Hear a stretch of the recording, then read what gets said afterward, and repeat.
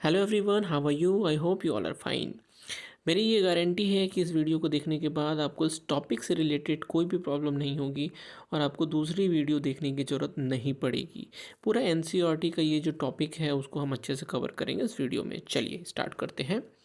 इस वीडियो में हम दो चीज़ें मेनली देखेंगे, जिसमें पहला है डोमेन्स ऑफ अर्थ, यानी जो कंपोनेंट है अर्थ के वो कौन कौन से हैं उनके बारे में डिटेल में देखेंगे।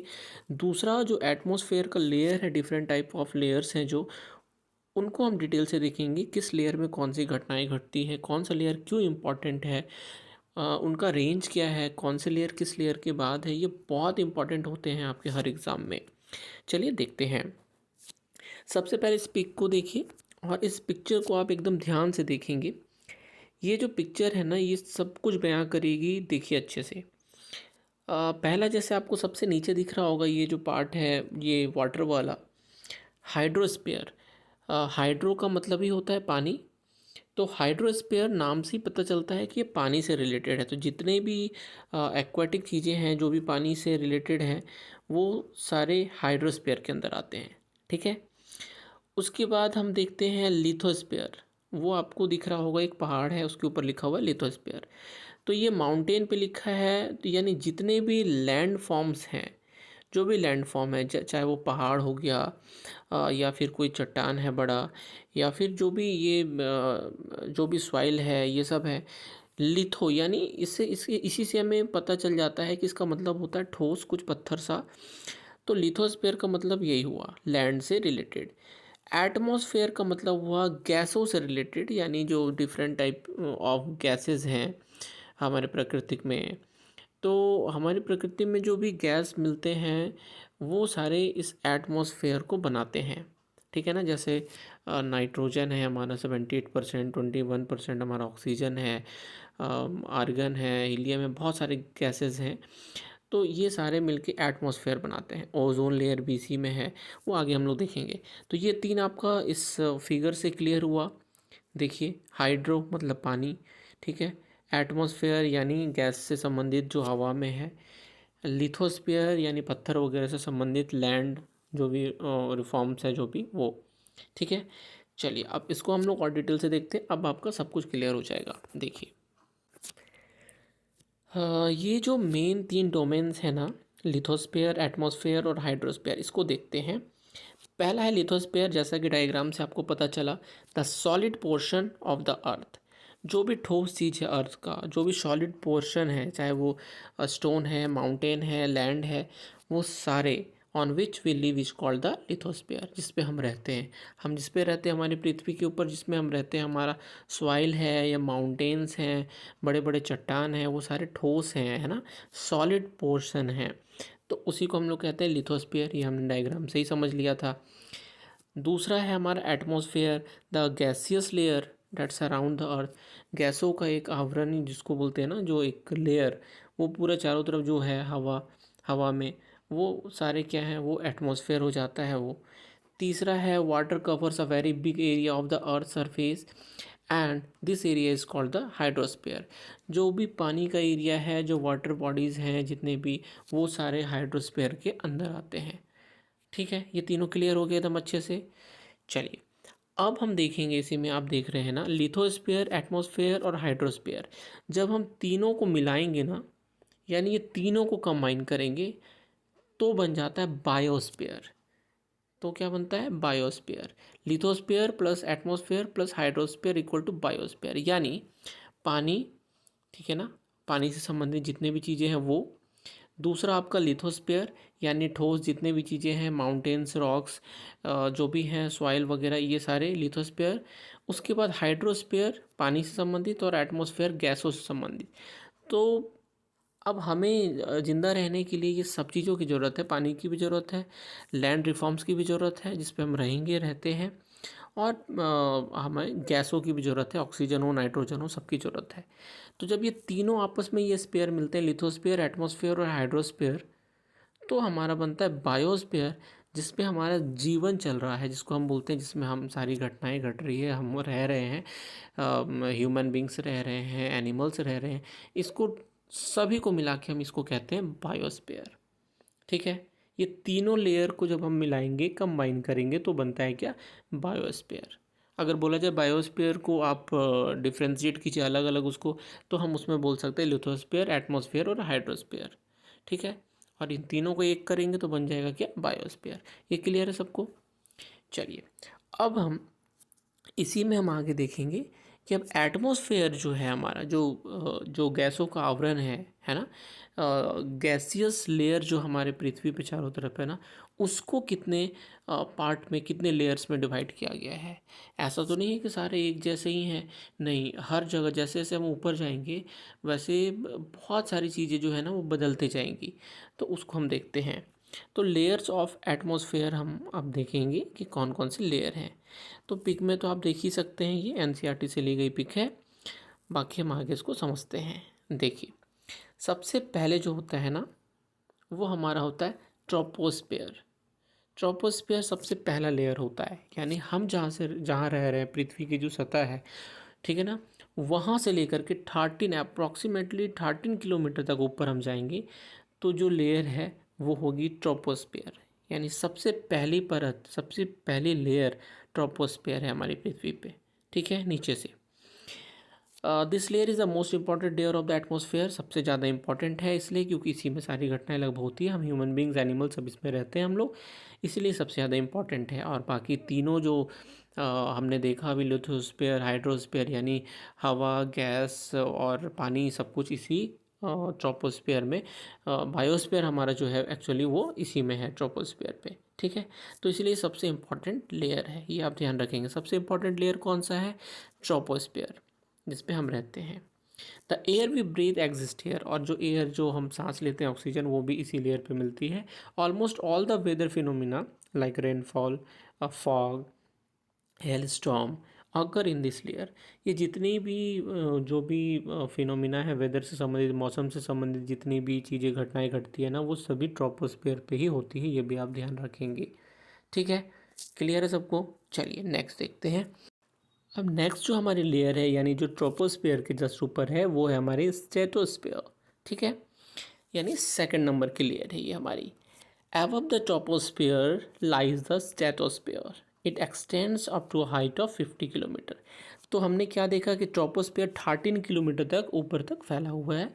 उसके बाद हम देख रहे हैं कि ये स्ट्रेटोस्फियर जो है ना वो 50 किलोमीटर तक है, 50 किलोमीटर तक है इसका रेंज। ठीक है, उतने दूर तक ये फैला हुआ है। This layer is almost free from clouds and associated weather phenomenon. Yes, तो ये क्योंकि ट्रोपोस्फियर में सारे फिनोमिनन वेदर वाले होते हैं, मौसम से संबंधित सारी घटनाएं कहाँ घटती हैं? ट्रोपोस्फियर में। तो ट्रोपोस्फियर से ऊपर जब हम जाएंगे ना, तो वहाँ पे कोई क्लाउड्स वगैरह कुछ भी नहीं मिलेगा। ठीक है, क्यों नहीं मिलेगा? क्योंकि वहाँ पे कोई भी मौसम की संबंधित कोई भी घटनाएं, मौसम से संबंधित घटनाएं नहीं घटती है, क्योंकि वहाँ क्लाउड का फॉर्मेशन वहाँ नहीं होता है। ठीक है और इसी कारण से ना, क्योंकि कोई भी मौसम से संबंधित घटनाएं वहाँ नहीं घटती, इसीलिए ये स्ट्रेटोस्फेयर जो है, ये सबसे इम्पॉर्टेंट चीज़ ध्यान रखिएगा, ये स्ट्रेटोस्फेयर जो है ना, making condition most ideal for flying aeroplanes. सबसे आइडियल होता है एरोप्लेन उड़ाने के लिए। कौन सा स्पेयर? स्ट्रेटोस्फेयर। ठीक है, ये एकदम ध्यान रखिएगा, ये कई बार क्वेश्चन पूछा जाता है कि कौन सा लेयर जो है, कौन सी परत जो है वो एरोप्लेन उड़ाने के लिए सबसे आइडियल होती है, तो उसमें आपको स्ट्रेटोस्फेयर बोलना है। क्यों आइडियल है? क्योंकि इसमें मौसम संबंधित कोई भी घटनाएं नहीं घटती है, तो जब आप प्लेन उड़ाएंगे, यानी पायलट जब प्लेन उड़ाएंगे, तो उन्हें कोई भी परेशानी नहीं होगी। ठीक है, इसीलिए। दूसरी सबसे इंपॉर्टेंट चीज़ है इस लेयर की ये कि one important feature of stratosphere is that it contain a layer of ozone gas. Ozone gas जो है वो भी इसी लेयर में ऊपर साइड में मिलती है, यानी एक लेयर है, एक जिसको हम लोग बोलते हैं ये सीव ट्यूब का काम करता है, एक चहचन्नी सा काम करता है, जो कि सूरज से आने वाली अल्ट्रावायलेट जो रेज़ है ना, उनको वो क्या करता है, फ़िल्टर करके हमारे पृथ्वी तक आने देता है, जिससे हम आराम से झेल सकते हैं, रहते हैं, हमारे लिए वो हानिकारक नहीं है। लेकिन अगर ओजोन गैस का लेयर नहीं होगा, अल्ट्रावायलेट रेज़ जो हैं वो डायरेक्ट आएंगी, तो हमें बहुत प्रॉब्लम होगी। ठीक है, तो ये भी जो ओजोन गैस का जो एक लेयर है वो कहाँ पे है? स्ट्रेटोस्फेयर में ही है। ठीक है, चलिए अब नेक्स्ट हम लोग देखेंगे तीसरे नंबर की जो लेयर है वो मीजोस्फीयर है। मीजोस्फीयर जो है वो जस्ट स्ट्रेटोस्फीयर के जस्ट ऊपर में है। ठीक है ना। और ये 80 किलोमीटर तक फैली हुई है, 80 किलोमीटर तक फैली हुई है। बाद में मैं ट्रिक भी बताऊंगा सब कुछ याद करने का, अभी से आप समझ लीजिए। This is the third layer of the atmosphere, ये तीसरी लेयर है एटमोसफेयर की। It lies above the stratosphere, just stratosphere के ऊपर रहती है जैसे मैंने आपको बताया, और ये 80 किलोमीटर तक फैली हुई है। अब इस लेयर की सबसे बड़ी घटना ये है कि मेट्रॉइड्स जो होते हैं ना, वो यानी उल्का पिंड जिसको हम हिंदी में बोलते हैं, वो जब बर्न करते हैं जलते हुए, जो हमें कई बार देखते हैं, हम लोग बोलते हैं तारा टूट के गिर रहा है वगैरह जो बोलते हैं रात में, तो ये जो उल्का पिंड होता है ना, ये जब गिरता है अपनी जगह से, तो इसी लेयर में आकर के ये बर्न अप होता है यानी जल जाता है, और वही हमें जब दिखता है तो हम कहते हैं कि भाई तारा टूट के गिर रहा है। ये भी एक फैक्ट है। तो मेट्रॉइड्स जो है ना, वो उल्का पिंड जब अपने वहाँ से वो गिरना स्टार्ट करते हैं, जब ऊपर से नीचे की तरफ आते हैं, तो इस मीज़ोफेयर जो लेयर है इस पे आके ये बर्न कर जाते हैं। अब बात आई कि बर्न क्यों कर जाते हैं भाई, कैसे बर्न कर जाते हैं। तो बर्न करने का कारण ये है कि वो इतनी स्पीड से नीचे आते हैं ना कि एयर में फ्रिक्शन होता है, और वो फ्रिक्शन जब उल्कापिंड और एयर के बीच का जो फ्रिक्शन होता है ना, जिसके कारण उसमें आग लग जाती है और वो बर्न अप हो जाता है। ठीक है। तो अब से जब देखोगे कभी भी गिरते हुए, जो आप बोलते हो ना गिरते हुए तारे को, तो समझ जाना वो क्या है, वो मेट्रॉइड्स है। और वो अभी कहाँ पे है, मीज़ोफेयर लेयर में है, और वो वहाँ पे बर्न हो रहा है, वो स्टार नहीं है। ठीक है। चलिए,